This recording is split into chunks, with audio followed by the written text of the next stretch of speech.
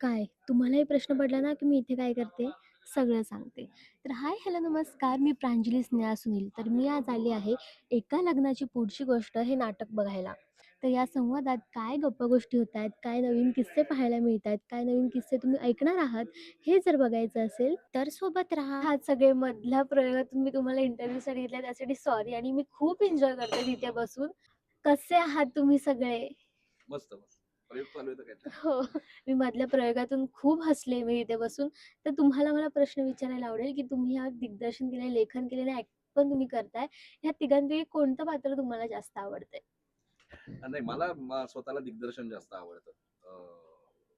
म्हणजे दिग्दर्शक म्हणून मला स्वतःकडे जास्त आवडतं मला ॲक्टर किंवा लेखकापेक्षा. आणि लवगुरू होता इथे, तर त्या तुमच्या पात्राबद्दल काय सांगाल? नाही अशी पात्र मी बघितलेली आहेत. हं. माझे काही मित्र पण आहेत आणि काही आपले म्हणजे सरांच्या पिढीतली पण काही माणसं आहेत, जी अशी मी पाहिलेली आहेत प्रॉपर. हां. खरंच जे सिंगल आहेत आणि मॅरिड पण आहेत काही. पण त्यांचे भरपूर बाहेर व्यवस्थित छान चालू आहे आयुष्य आणि वर लोकांना असे सल्ले देणारी अशी काही पात्र आहेत. हां. पण मनाने अत्यंत स्वच्छ माणसं असतात ती. सो तशा पद्धतीचंच हे पुरू नावाचं पात्र आहे, जे प्रसन्न आहे, जे छान त्याच्या तत्वांनी जगणारं पात्र आहे. ते कदाचित नैतिक अनैतिक या चौकटीत मोडणारं पात्र नाहीये ते स्वतःसाठी, हां. समाजासाठी असेल. पण तो स्वतः असा छान आणि तो कुठेही काही खोटं न बोलता, हो मी असाच आहे हे ऍक्सेप्ट करून तशाच पद्धतीने जगणारा ते पात्र आहे. सो ते लिहितानाच मला इतकी मजा आली होती. सो हां. आधी हे अतुल टोडणकर करायचा हं. हा रोल, पण त्याला थोडंसं आजारी असल्याने मध्ये रिप्लेसमेंट मी केली. सो सुरुवातीचे एक 500-600 प्रयोग हे अतुलनेच अरे, केलेले आहेत. नक्कीच. तुम्ही काय सांगाल तुमच्या पात्राबद्दल? मुळात मी जॉईनच आता 1 वर्ष खाली झालेलो आहे आणि मला पहिले पात्र कळत नव्हते. सो हं. मला दिग्दर्शनामध्ये मी सांगितलं जाईल. बरंच काही शिकवलं. त्याच्यानंतर प्रशांत सरांनी बरीच काही हेल्प केली आणि सगळे हं. माझे सीनियर असल्यामुळे मला पात्र समजून घेण्यात हेल्प झाली. तुमचा एक मध्येच वेटरचा रोल आहे. त्यामध्ये तुम्ही तो ॲक्सेंट घेता, ते कॅरी करता. ते करताना तुम्हाला किती मजा येते? मला जाम मजा येते. प्रॅक्टिस पासूनच मला खूप मजा येते आणि जरी काही चुकलो हं. स्टेजवर वगैरे, तर ते मी ज्या प्रकारे बोलतो त्या प्रकारे सर रिपीट करतात. तेव्हा मला कळतं, की अरे मी इथं चुकलोय. पण कधी-कधी मध्येच "आटपडे" म्हणून असं हाक पण मारतात. तेव्हा पण कळतं, की चुकले वगैरे. पण मजा येते. अजून पण मजा येते. ताई, तू काय सांगशील तुझ्या पात्रात? तुझं ते येणं, ट्रेंडिंग रील, तू रिअल लाईफमध्ये पण रील्स बनवतेस का? नाही, खरं तर रिअल लाईफमध्ये वगैरे मी काही तशी नाहीये. पण हे जे कश्मीरा जे पात्र आहे, ते असंच आहे गुड गोईंग गर्ल आहे. छान आनंदी असते, हॅपी असते, सगळ्या ट्रेंडिंग रील्स बनवते आणि कदाचित तिच्यासाठी पुरू सर जे सांगतील, हं. ते सगळं खरं असतं त्या पात्रासाठी. पुरू सर जे काही शिकवतील, जे काही म्हणतील, जे काही प्लॅन्स सांगतील, ते सगळं करा. असं तिचं एकमेव तत्व आहे आयुष्यातलं. खऱ्या सो आयुष्यात अजिबात नाहीये तसं. तेच मी विचारणार होते, तुम्ही तुझा हसला काहीच कधी? ऐकायचं नाही. त्यामुळे ते तेवढे 2 तास ती पूर्ण ऐकते. पूर्ण ऐकते मी तेवढे 2 तास. बट असं छान गुड गोईंग पात्र आहे आणि छान वाटतं मला करायला. मज्जा येते. मलाच फ्रेश वाटतं नाटक करताना. ताई, तुम्ही काय सांगाल? अ, मला आवडतं माझं पात्र हं. करायला. ॲक्चुअली मालती आणि माझ्यामध्ये फार काही फरक नाहीये. मालती पण खूप साधी, सज्जन, सभ्य बाई आहे आणि खरं तर ते तिच्या बहिणीचं चांगलंच हवंय तिला झालेलं. पण त्यातनं ज्या गमती-जमती होतात ते तिचं कॅरेक्टर आहे असं मला वाटतं आणि पण माझं या नाटकातलं लेखक म्हणून सर्वात आवडतं पात्र मालती आहे. म्हणजे जरी पुरू, मन्या, मनी हं. यांचं नाटक, पण माझं सर्वात आवडतं पात्र मालती आहे. कारण मला तुम्ही नीट बघाल तर एकमेव पात्र आहे ज्याच्यात शून्य बदल होतो. ते पहिल्यापासून शेवटपर्यंत त्याच्या तत्वांना चिकटून असलेलं पात्र म्हणजे मालती आहे. त्यामुळे आणि ना काय होतं मला हं. अशी अनेक पात्र असतात ज्याच्याकडे आपण विनोदी, ही बाई म्हणजे विनोदी असंच बघायला लागतो. हं. पण आत कुठेतरी ती खूप दुःखी आहे आणि त्याच्यावर आपण अख्खा वेळ हसतो आणि हो. शेवटी शेवटी जेव्हा एक पटकन एक कळतं की बाईची काय नेमकी व्यथा असेल, तेव्हा आपल्याला थोडंसं कुठेतरी यार आपण इतक्या वर्ष असं बऱ्याचदा होतं. बऱ्याच लोकांच्या बाबतीत आपलं असं होतं, "अरे यार आपण हसत होतो, पण आतून कसा होता ना हा माणूस?" सो ते पात्र म्हणून मला ते मालती हे पात्र आवडतं. म्हणजे शेवटपर्यंत कुठेही त्याचं दुःख किंवा काही बोलून दाखवत नाही. हां. ते दुसरंच पात्र बोलून दाखवतं तेव्हा कळतं की या बाईने काय भोगलेलं असावं. त्यामुळे मला माझं आवडतं पात्र मालती आहे, लेखक म्हणून. बरं, हे सगळं नाटक पुढे नेताना एक कॅप्टन ऑफ द शिप असतो, एक दिग्दर्शक म्हटलं तर. तर ह्या संपूर्ण टीमला ट्रेन करणं आणि त्यात सरांकडून ते करून घेणं, ह्यात काही डिफिकल्टी, काय मजा-मस्ती, काय होतं सगळा प्रवास?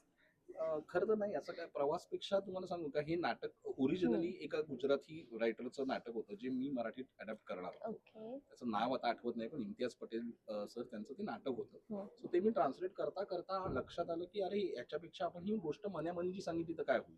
एका लग्नाची गोष्ट मी साधारण 5 ते 6 वेळा बघितलेलं नाटक होतं जुनं. हां. त्याच्यात कविता ताई आणि प्रशांत सरच काम करायचे. हो, हो. सो ते मी जुनं बघितलेलं होतं आणि ते माझ्या व्यवस्थित मेमरीत होतं. तर मी हीच गोष्ट आपण मनामनीची केली तर काय होईल असं म्हणून जे बदल झाले, सो ते लिहिताना कविता ताई आणि सर डोळ्यासमोरच होते. सो अच्छा. ते लिहितानाच डोळ्यासमोर असल्यावर ना आपल्याला त्यांची स्टाईल माहिती असते, त्यांचे पंचेसची स्टाईल माहिती असते, त्यांची एनर्जी माहिती असते, त्यांचे हम्म. पॉझेस आपल्याला इतकी वर्ष बघितल्यामुळे माहिती असतात. सो लिहितानाच त्या पद्धतीने लिहिलं, त्यामुळे तसं काही दिग्दर्शनात मला नाही बाबा ही स्टाईलच खोडून काहीतरी वेगळं करायचं वगैरे असं काही गरज नव्हती. टेलर मेड ज्याला म्हणतो आपण तशा पद्धतीनेच ते त्या दोघांसाठी लिहिलं गेलेलं नाटक. अच्छा. आता आपण एक रॅपिड फायर खेळूयात. ह्या नाटकासाठी एक नाव द्यायचं झालं तर काय द्याल? सगळ्यांनी सांगायचे आणि वेगवेगळी उत्तरं अपेक्षित आहेत. म्हणजे उदाहरणार्थ जसं मनामनी हेही नाव होऊ शकतं की ह्या अच्छा. नाटकाचं असं काहीतरी. जे उत्तरं दिली तरी चालतील. त्यांची हेच आहे, ही आहे, दोघंच आहेत. गंमत जम्मत. मुळीच जेनझी उत्तर नव्हतं. माझं नव्हतं, मला वाटलं हे तसं. baby boomers.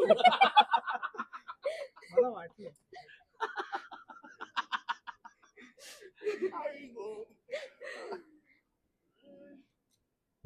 काही सुचतंय?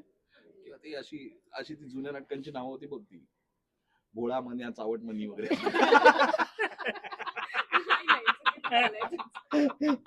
ताई तिकडं.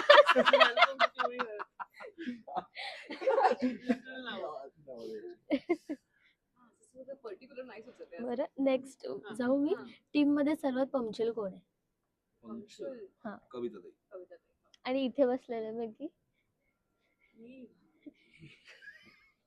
मी सगळे असं खूप उशिरा येणार कोण नाहीये असं. व्यवस्थित वेळेत असतो. सगळे आहेत खरं तर. वेळ म्हणजे पाहणारे असं पहिले. कोणी आरामात येतात हां. वगैरे असं कोण नाहीये, पण सर्वात पंक्च्युअल कविता ताई. सर्वात जास्त रिहर्सल मध्ये टेक कोणी घेतलेत? टेक? रिहर्सल मध्ये की परत परत त्याला प्रॅक्टिस करावी लागली, रिहर्सल करावी लागली, पॉलिश करावं लागली त्याचं कॅरेक्टर. बापरे. मी कधी घेतलीच नाही. त्यातल्या त्यात राजच आहे. कारण काय सांगू का, प्रॉब्लेम असा आहे की रिप्लेसमेंट झालेले आहे आम्ही सगळे. हम्म. ओरिजिनल कास्ट जी होती अतुल डोळणकर, प्रतीक्षा हं. वगैरे किंवा मृणालताई चेंबूरकर, हा.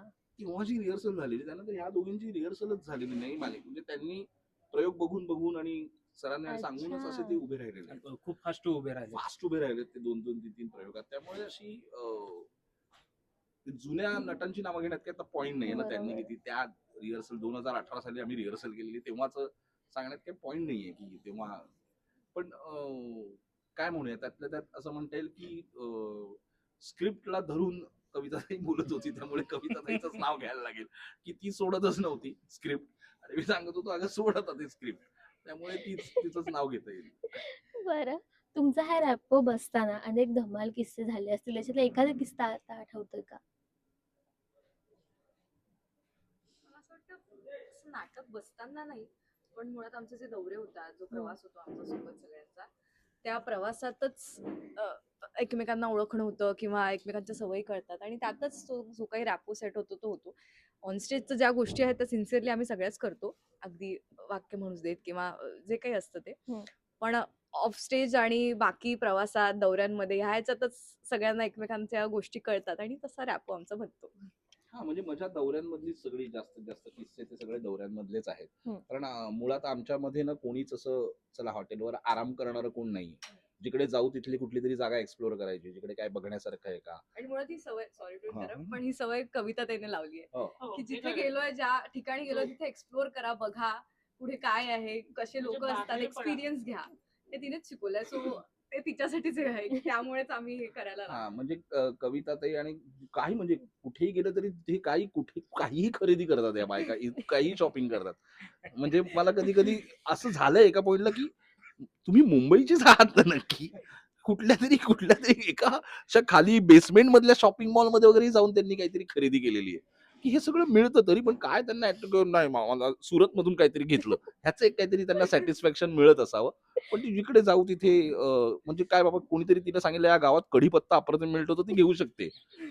अनेक जुड्या कढीपत्ते काही सांगता नाही येत. असं म्हणजे एवढं शॉपिंग करतात या लोक. आणि बाकी आम्ही राज मी वगैरे आम्ही खूप मजा केलेली आहे. आता काही काही कॅमेरा समोर न सांगण्यासारखी पण आहे.